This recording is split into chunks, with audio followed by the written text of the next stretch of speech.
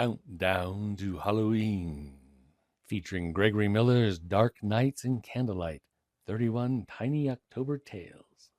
Every night at exactly midnight, a new story will appear on StoryLink Radio's YouTube channel.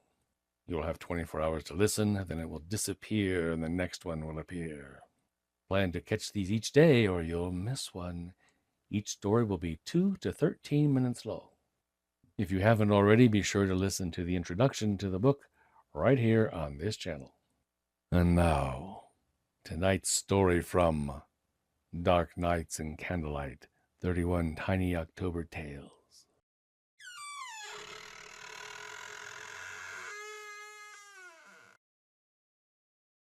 October 3rd, the Fixer-Upper. Bethia was angry when I got home. She always is when I'm gone for more than a day or two. My business trips leave her fuming, and it takes days, sometimes weeks, to calm her down.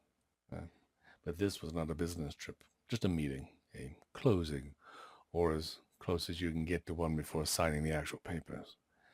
And somehow she knew it, like she always knows on some level what I do when I'm out of the house. Of course, I talked with her about what was happening first, that strange people would be touring the house, that I'd need to fix certain things, paper certain walls, paint certain rooms, and what it all meant. But I'd kept the dates of the final meetings quiet, for fear of provoking and enraging her before it was absolutely necessary. Still, she knew. Normally Bethia quietly sits or stands in various rooms of the house. I never know where she'll be exactly, although she does have spots she frequents more than others. That took some getting used to when I first moved in 9 years ago.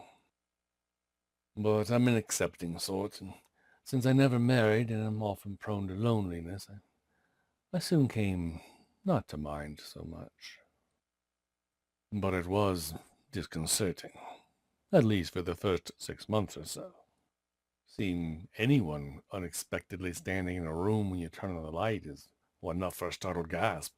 But she's been dead a long time, and looks it.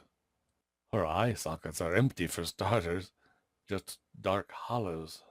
Also her hair, undoubtedly once luxurious and carefully combed, is stringy and matted, and her lips and nose have rotted away.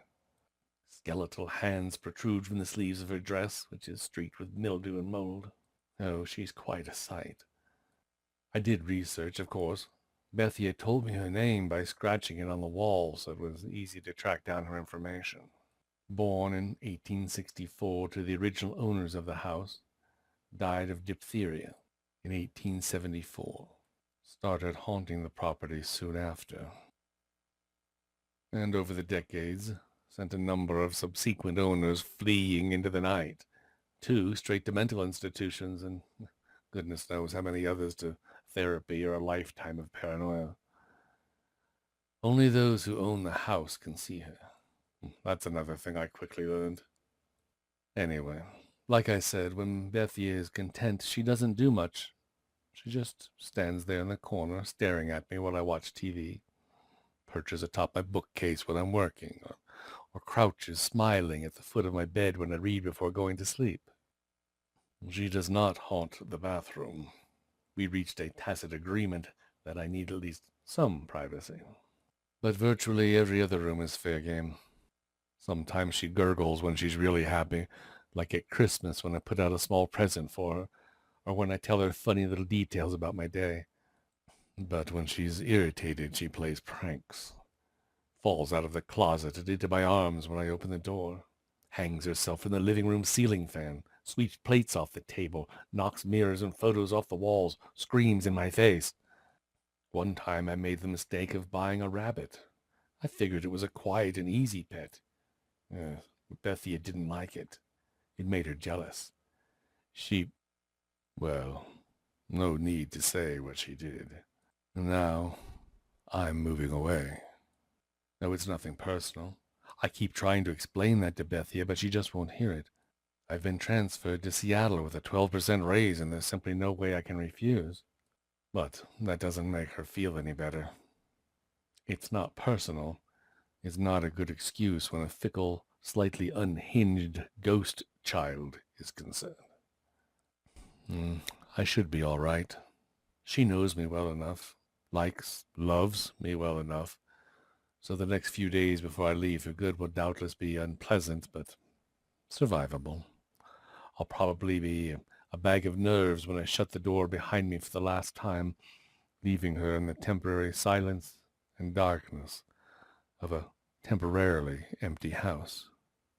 Yeah, but I'll get over it. With any luck, Bethia will too. Like I said, she is, fickle. Most children are. My hope, my sincere hope, is that Bethia will make friends with the new owners, especially the little girl. Because if Bethia becomes jealous of her instead, the very thought already haunts me far more than Bethia ever has. You've just heard tonight's story from Dark Nights and Candlelight, 31 Tiny October Tales from author Gregory Miller. You can get this book right now on Amazon at the on-screen link, and Kindle Unlimited users can borrow a copy of the book for free. You can learn more about Gregory Miller and his many amazing books and projects at his website, On Screen. If you have not already, be sure to listen to our event video here and visit our event website to learn all about our upcoming events. Remember to come back after midnight for our next tale. Oh, and don't forget to hit the subscribe button for StoryLink Radio.